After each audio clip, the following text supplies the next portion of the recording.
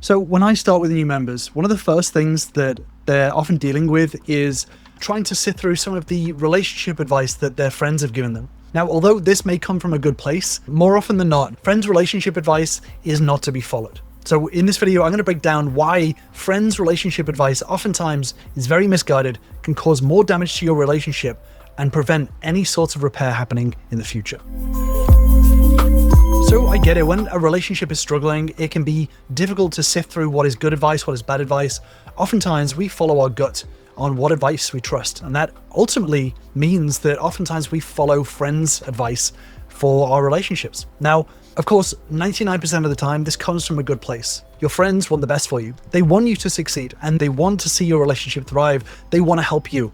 Unfortunately, this advice can make your relationship worse. And especially if you're trying to repair a relationship and reconcile with a partner, this advice can be really, really damaging and prevent repair happening long term. So the first major reason why you shouldn't follow friends' relationship advice is they're too emotionally invested. If you have friends that love you, they can often react emotionally instead of thoughtfully. So they want to protect you from pain, not necessarily guide you towards growth. So if you think about it, when they see you suffering, they can think to themselves, I just want to get person X out of this situation. I just want to help them to move past it so that they can feel themselves again. Which is why when it comes to relationship advice, friends can often default to leave them. If you leave them, I'll support you. Don't worry about it.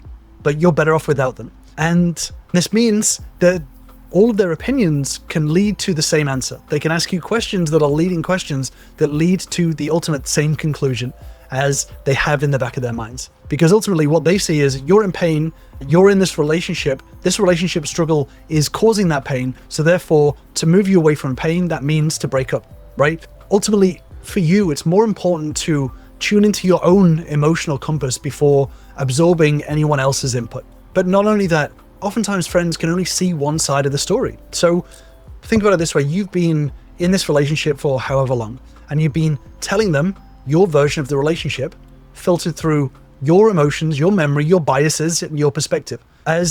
Even as objective as it can be, that's still only half the picture. So it's very difficult for a friend to really give an unbiased opinion because they've only ever heard one side of things. They don't know what your partner thinks, feels, does.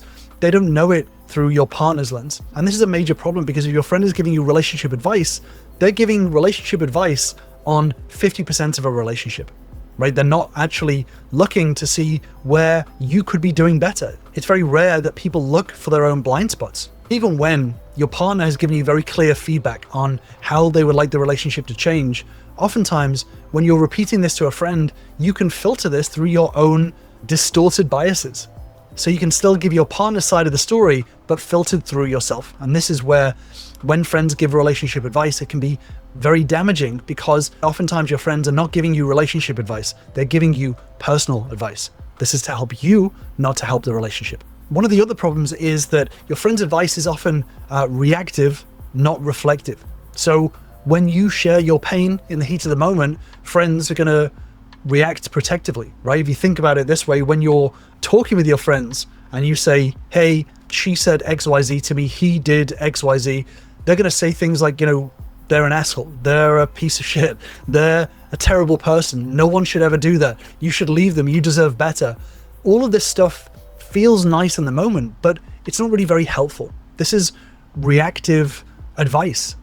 This is not thinking about it, processing it, looking at the whole picture. This is looking at one side of things and reacting in the moment. And again, I want to be clear that this comes oftentimes from a good place. When friends give relationship advice, they're just often not thinking about their responses. They're just reacting.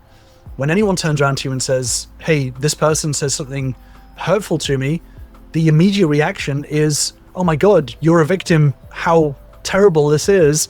We should all feel sorry for you. You should feel sorry for yourself. But ultimately, within the context of everything, that is where things are different. And this is why it's so important to take a step outside of friends' relationship advice, because it's easier to have a more objective opinion. One of the other problems with friends' relationship advice is that they haven't seen your private relationship. So even if your friends and your partner are close, they don't witness your full experience. They don't witness your partner's full experience. most of the time, they see the public version of the relationship. They see you interacting in a normal way. You're not having any arguments. It's rare for arguments to spill out into the public unless they're really bad. But even then, it's still only isolated incident. It's not seeing what things are like behind closed doors. It's not seeing what your insecurities are. So the full relationship, they're not witnessing it. So your friends are only ever judging based on highlights or low points, right? They see the romantic side of things, and when you say, oh, we're having challenges, they go, oh my God, you guys seem so perfect. Or they have seen an argument spill out, and that is one of the low points, because when arguments spill out into friendship groups, that's when, things are going through a really tough time and you just can't keep it inside. So they see the low points. So they're only ever seeing selected parts of the relationship. They're not seeing the whole context of the relationship. And this is where their advice can be quite limited, because let's say they catch a really low point of your partner having a big emotional reaction and maybe saying something hurtful, then they can judge the whole relationship based on that and go, well, they're a terrible person, they should never do that. But if they knew the full context, they would see all of the things that led up to that massive emotional reaction. So your friends will only ever see slices of the relationship. But one of the biggest things when it comes to friends' relationship advice is that they forget that you are not them. So even with good intentions, friends give advice based on their own personalities, their values, or their past relationships. But the thing is, you are different people. So what works for them is not often what's going to work for you. They don't have the same goals as you. They don't have the same values. They don't have the same skills. They don't have the same attitudes as you. So they're giving advice based on their individual experiences with their individual relationships, not an objective point of view. So people can struggle to put themselves into your shoes and actually look at the relationship from your point of view, from your partner's point of view. And oftentimes they just say, I would do this. But they're not thinking about it in the way that I would do this if I were you. They're simply saying, here's what I would do. Next is that they project their own experiences and their own wounds. So if your friend has been cheated on or hurt, they may unconsciously or even consciously project that pain onto your situation, even if it doesn't really match. This is known as projection. This is a defense mechanism. So oftentimes that means subconsciously they're trying to replay some of their previous relationships onto your relationship. So let's say that they've been cheated on in the past and they were already hurt by it, and your partner cheated on you and you're asking for advice. They can come from a place of like, what did I want to do when this happened to me? Here's what they should do, right? So they're coming from their own experience. They're not going to your experience. So they're coming from their own experience and they're telling you what to do based on what they wanted to do when it happened to them, if that makes sense. This is a bias that we have called the actor-observer bias, which I've spoken about quite a lot and I speak about with a lot of members. The actor-observer bias is essentially our ability to be able to put ourselves into other people's shoes and become what we call the actor. So when we're in observer mode, we're only thinking through our own filters, through our own ideas. But when we put ourselves into actor mode, we start to look at all the contexts that impact other people and their situation. And getting over this bias is one of the most critical parts of any relationship, especially when it comes to repairing a relationship. Overcoming the actor-observer bias is going to be one of the most crucial things that you can do. And when I work with members, this is one of the main skills that we work on, is the skill to deeply understand and build that empathy towards your partner and to be able to show that understanding to them. This is one of the biggest ways to build connection between yourself and your partner and ultimately repair a relationship. And if you do want to join the members and I, then join my relationship bootcamp, where you'll learn the same fundamental steps and tools that all of my members start with to start repairing and turning your relationship around. All you have to do is click on the link in the description to grab your spot. But sometimes friends can have unconscious agendas. Sometimes people feel threatened by your growth. A friend might prefer you to be single, more available, or emotionally dependent on them without even realizing it. And their advice can reflect their needs, not yours. Like I said, oftentimes people come from a place of good intent, friends especially, but they can have these subconscious things where they don't even realize that they're thinking it. I would prefer if this person was single. So when they're giving relationship advice, this advice can still be coming from a place of, I actually want them to be single. I want them to break up because I want them to be more available for us to go out and party, for example.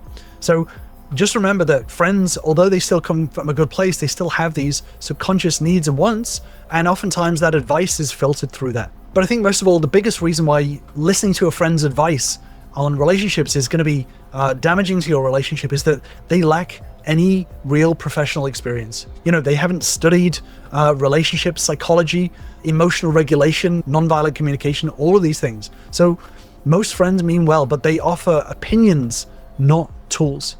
And this is the big difference, is that relationship advice is very easy. You can get a lot of it on the internet. Oftentimes, all of this relationship advice is from the exact same place, which is our own unconscious biases, our own gut feelings, and which is why a lot of this advice tells you things that you want to hear. They tell you to get out of the relationship. They tell you that your partner's a narcissist. They tell you that your partner is a terrible communicator. They will tell you all of these things to make you feel good, right? This relationship advice is an opinion. But when it comes to professional relationship advice, this isn't relationship advice, it's relationship tools, communication tools, emotional tools, mindsets, all of these things that are actual, tangible, actionable advice that you can act on, right? There's a lot of act words in that, but being a lot more discerning about the relationship advice you're taking on is really, really crucial. Ask yourself, has this advice worked for other people, or is this just some random personal opinion? Has this person worked with other people before? What experience does this person have? Maybe your friend is a relationship counselor. Maybe your friend is a therapist. That will give their advice a little bit of weight, but still they have this personal connection to you, and that it still develops a bias. This is not some unbiased professional's opinion. And this is the difference to start to think about.